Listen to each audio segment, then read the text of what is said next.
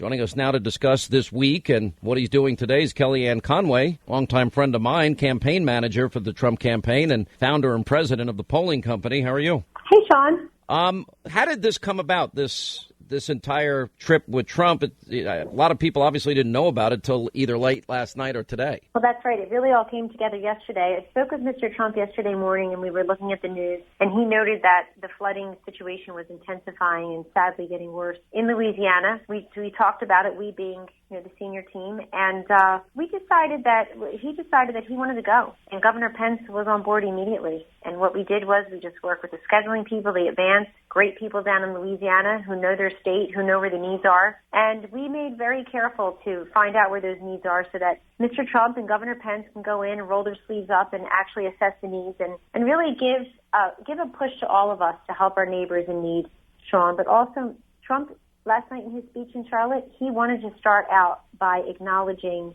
those in need in New Orleans and Baton Rouge, Lafayette. There might be over 100,000 people now displaced here. I mean, these are people right. that we're talking about losing their homes, huh? It's getting worse, and it's crossing over into different parishes, as they say in Louisiana.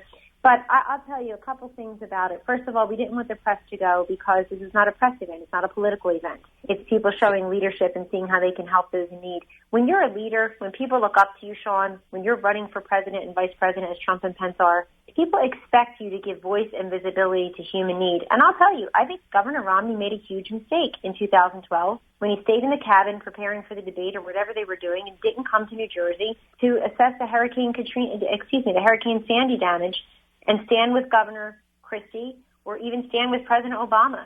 You don't go to it doesn't have to be in a swing state, you just go where people are in need.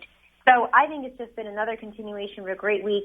He got back to New York so late last night from his unbelievable day in North Carolina, and yet a couple hours sleep and got right back on that plane to Louisiana. Actually, I talked to somebody that had just spoken with Donald Trump, and the answer was pretty passionate. He said that apparently Mr. Trump has been watching this and seeing the coffins, floating down the street and seeing the people being displaced and seeing that the federal government once again is inept and incapable of providing the help and assistance. And he just got fed up and said he can't sit there and watch it anymore and not do anything. That is exactly the conversation I had with him yesterday morning. Then I had a conversation with Governor Pence.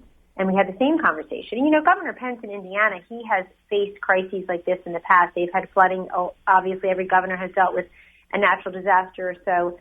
And really, what people want to know is that you care, that you notice, that you hear them, that you're there for them, you're encouraging other people to help, whether that's publicly through government resources or privately through the charity that we all have as Americans toward each other, Sean. But there's one more thing at play here. I want to go back to Ivanka Trump's convention speech. She said something about her father that we see true here today, which is he's somebody who his entire life has been circling articles he sees about different people in the news or seeing something or hearing a story and saying, how can I help? Can I connect them with someone? Can I give them a leg up? Can I provide a resource or a connection? It's really no different than how he would be as president. It's really no different than how he is as a presidential candidate. He saw the need and he went there. And I think it's that simple. And the other thing that happened today is you have Senator Mary Landrieu, who's a Clinton supporter and who lost her re-election last year in Louisiana, in part because she supports the Obama agenda. She really commended Donald Trump and Mike Pence for going down to Louisiana and showing themselves there. And, of course, a lot of the articles are talking about President Obama golfing and Hillary Clinton not going either. What did Hillary Clinton do? She literally gave new meaning to the phrase phoning it in. She literally phoned the governor and referred to Donald Trump's trip as a, quote, distraction. Please go ask the people who benefit from the supplies that we provided, who are so excited to have Donald Trump and Mike Pence with them today to assess the needs and lend a hand. Go ask them if they thought that was a distraction. What is the plan then for when, for example, I know he's going to assess all the damage today. From what I understand, there's a 5 p.m. press conference. Is this something that he's setting up privately? Is he going to just press the government to offer the aid that they will need and do it quickly and expeditiously? Is there a website he's setting up? What is he doing? In terms of President Obama, who knows? No, I'm talking about Mr. Trump. What is he going to do? Trump. Yes, I'm sorry. I thought you were talking about the president's visit tomorrow, Sean. Of course. Well, we are assessing that, and the reason that I don't have all the answers for you at the moment is we are trying to get with the lawmakers and the officials and the leaders and the pastors and the parish presidents in Louisiana to get their take. We believe in state and local control, and we're asking them, where are your needs? Is it bottled water? Is it canned goods? Is it clothing? Is it blankets? Is it a hotline? Is it asking people to give to the Red Cross or a local? Franklin Graham had them to his parish today in Louisiana. Is that the place to send money so that he can distribute it to those in need? So we will continue because, as you see, the crisis, unfortunately, is continuing. Sean, in the meantime, we have everybody there in our thoughts and prayers, and we hope when the president goes down tomorrow in his current capacity, he will help these people because obviously there is a need. I want to ask you this question because I think that this has been a good week for Donald Trump in this way, and this is what I think is different. I think Donald Trump has put his message, all Trump, in other words, Trump being Trump, but he put it on a teleprompter. And I think the media has been so fixated on any ad lib that they can take out of context that I think in that sense the media is on a Trump watch 24/7, 365. So I noticed in the three speeches he gave this week, ISIS last night in North Carolina, and the speech that he gave on law and order outside of Milwaukee the night I did the town hall with him, all three of those speeches were on teleprompter. All three of those speeches were really hard hitting, and they had certain common traits. What he did was he outlined how we are failing in this battle against ISIS, how our foreign policy is failing in Egypt, Libya, Iraq, Syria, Iran, and Russia. And then he offered alternative solutions. And that included in the case of, resettling refugees. We ought to set up safe zones. We ought to set up a wall and build the wall on the border, et cetera. And law and order, respecting our police and working with local municipalities in terms of better policing, better relationships, and really addressing the problems in the black community who have been disproportionately impacted by the horrible economic policies of Obama and Clinton. So, and he did this speech last night, and he actually said, you know what, I think I regret some of the things that I've said, that there's too much at stake here to be consumed with petty issues. A lot of people didn't think they'd ever hear that for Donald Trump. What's happened? Well, that's right, and they'll never hear it from Hillary Clinton. And I think what's happened with Mr. Trump is that he realizes that when some of us tell him to be himself, or that what we mean by that is, sure, you're going to deliver substantive, policy, solution-centric speeches the way you just related beautifully, Sean, and what the themes were this week. But at the same time, you're the messenger. You can deliver them in your own style, with your own cadence, with humor when it's appropriate and with sobriety when it's appropriate.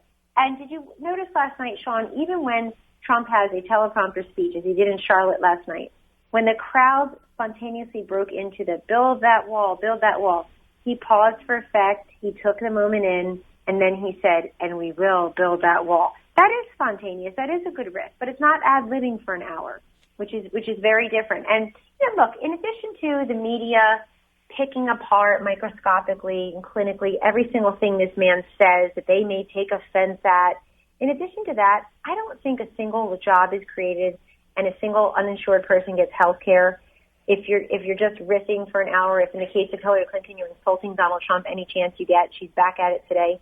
And this is what's different this week too, is we're going to smoke her out on the substance. The issue set benefits us. And if I can do anything in this campaign as his campaign manager, it's going to be that people want to talk about the silly pivot. Let's pivot to the issues. Let's talk about what's bothering Americans, what they want the next president of the United States to do. Is to keep us safe, make us more prosperous, get a Supreme Court that isn't cast in this wild, liberal, progressive mold of political correctness. They want that the government works for them, not against them, that it's not a rigged, corrupt system of a bunch of insiders lining their pockets and doing favors for their friends.